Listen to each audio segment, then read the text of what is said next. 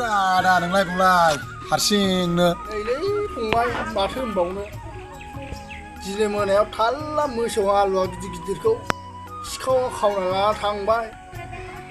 आरो बिनि सायाव नोमाजेबो खारबाय जारला सिन्थायानो हामला माबा मोनसे राहा खालामना होदोलै फंबाय आं मा खालामबावनो गोसोआनो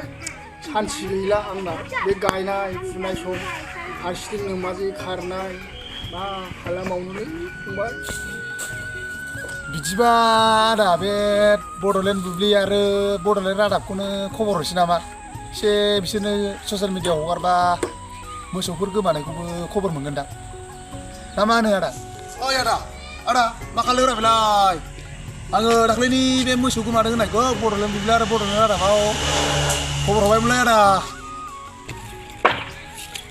हामथारबायलै फंबाय हामथारबाय थिग जाबाय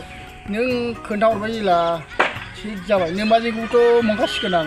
बिराद गोजोननाय खुसि मोनबायलां।